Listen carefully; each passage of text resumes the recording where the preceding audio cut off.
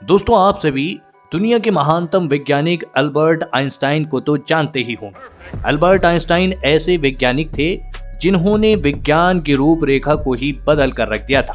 इनके द्वारा theory of relativity और क्वांटम फिजिक्स जैसे जटिल सिद्धांतों को भी समझाया गया। दोस्तों, अल्बर्ट आइंस्टाइन को उनके बेहतरीन आईक्यू लेवल के लिए भी जाना जाता है, इसीलिए हमेशा से इनका दिमाग रिसर्च का केंद्र बना हुआ था। आज के इस वीडियो में हम आपको दुनिया के महानतम वैज्ञानिक अल्बर्ट आइंस्टाइन के दिमाग की संरचना के बारे में बताएंगे, जिसके कारण दुनिया भर में इन्हें सबसे बुद्धिमान वैज्ञानिकों की श्रेणी में रखा गया। दोस्तों, इस महान वैज्ञानिक का जन्म 14 मार्च 1879 में जर्मनी में वुटेमबर्ग के एक यहूदी परिवार में हुआ। इनके जन्म के बाद डॉक्टरों द्वारा देखा गया कि अल्बर्ट का सिर बाकी बच्चों के मुकाबले आकार में थोड़ा बड़ा है और उनका जन्म एक एबनॉर्मल बच्चे के रूप में हुआ। इसी कारण से उनका दिमाग इतना तेज था कि आज तक कोई भी इनके दिमाग की पूरी तरह से स्टडी नहीं कर पाया। दोस्तों, अल्बर्ट आइंस्टाइन की मृत्यु को काफी समय हो गया है, लेकिन आज भी साइंस की दुनिया में इनके महानतम प्रयोगों के लिए इन्हें याद किया जाता है और इसी वजह से हर कोई इनके दिमाग के बारे में जानना चाहता है। दोस्तों, जब इस महान वैज्ञानिक का जन्म हुआ था तो देखा गया कि इस बच्चे का सिर बाकी बच्चों के मुकाबले थोड़ा बड़ा था, जिसके कारण सभी डॉक्टर भी हैरान थे कि इस एबनॉर्मल कंडीशन के पीछे क्या कारण है। आमतौर पर बच्चे 1 या 2 साल की उम्र में बोलना सीख जाते हैं, लेकिन अल्बर्ट आइंस्टाइन 4 वर्ष की उम्र तक कुछ भी नहीं बोल पाते थे, जिसके कारण इनके माता पिता भी काफी चिंतित रहते थे।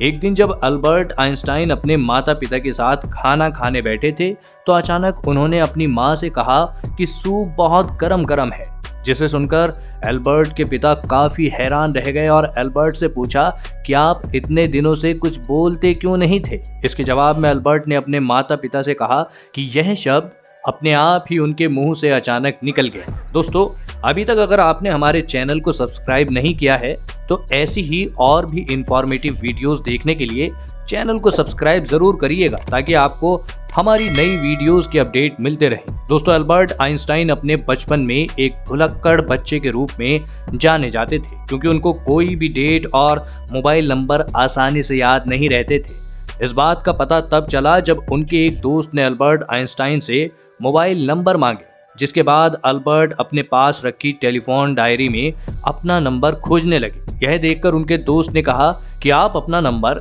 याद क्यों नहीं रखते? तो आइंस्टाइन ने जवाब देते हुए कहा कि मुझे ऐसी चीजें याद रखने की कोई जरूरत नहीं है जो आसानी से किताबों में मिल जाती हैं। आइंस्टाइन बचपन में कभी भी अपने जूतों के अंदर मोजे नहीं पहनते थे, क्योंकि उनके पैरों की उंगलियां थोड़ी बड़ी थीं, जिसके कारण अक्सर उनके मोजे फट जाते थे। बचपन में इन्हें अपने जूतों के लेस बांधना भी नहीं आता था, इसीलिए यह अपने जूतों के लेस अपने दोस्तों से बनवाते थे।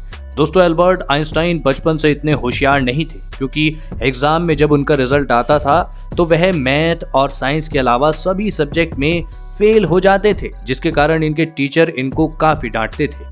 लेकिन बाद में यही बालक बड़ा होकर एक महान साइंटिस्ट बना, जिन्हें आज भी पूरे विश्व में उनके महान प्रयोगों के लिए याद किया जाता है। इस महान वैज्ञानिक की मृत्यु 18 अप्रैल 1955 में हुई थी।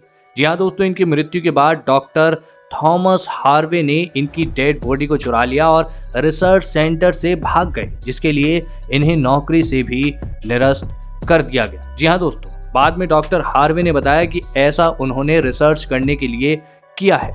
इसके कुछ समय बाद थॉमस हार्वे ने अल्बर्ट आइंस्टाइन के बेटे से अनुमति लेकर रिसर्च करना स्टार्ट किया। सबसे पहले उन्होंने अल्बर्ट आइंस्टाइन के दिमाग का वजन किया, जो कि सामान्य ब्रेन के मुकाबले थोड़ा ज्यादा था। इसके बाद थॉमस हार्वे ने आइंस्टाइन के दिमाग को 240 भागों में डिवाइड कर दिया और इन टुकड़ों को दुनिया भर के फेमस वैज्ञानिकों के पास भेज दिया। काफी रिसर्च के बाद यह पता चला कि आइंस्टाइन के ब्रेन में नॉर्मल इंसानों के मुकाबले ज्यादा न्यूरॉन कोशिकाएं थीं और उनके दिमाग का सेरेब्रल कॉर्टेक्स काफी विकसित था, जिसके कारण इनकी तर्कीक शक्ति और सोचने की क्षमता काफी अधिक थी। इसके साथ ही इनके दिमाग का पैराइटल भाग भी आम इंसानों के मुकाबले 20% ज्यादा विकसित था। साइंटिस्ट ने आगे रिसर्च करते हुए बताया कि अल्बर्ट आइंस्टाइन के दिमाग में न्यूरॉन्स की डेंसिटी काफी ज्यादा थी, जिसके कारण इनके सोचने समझने की क्षमता आम इंसानों के मुकाबले ज्यादा थी। दोस्तों, आज भी इस महान वैज्ञानिक के ब्रेन को अमेरिका के एक म्यूजियम में प्रिजर्व किया गया है ताकि भविष्य में रिसर्च करके अन्य संभावनाओं का पता लगाया जा सके। आज के इस वीडियो में इतना ही। आपको यह वीडियो कैसा लगा हमें कमेंट करके जरूर बताएं। मिलते हैं ऐसे ही एक और वीडियो के साथ, तब तक के लिए धन्यवाद।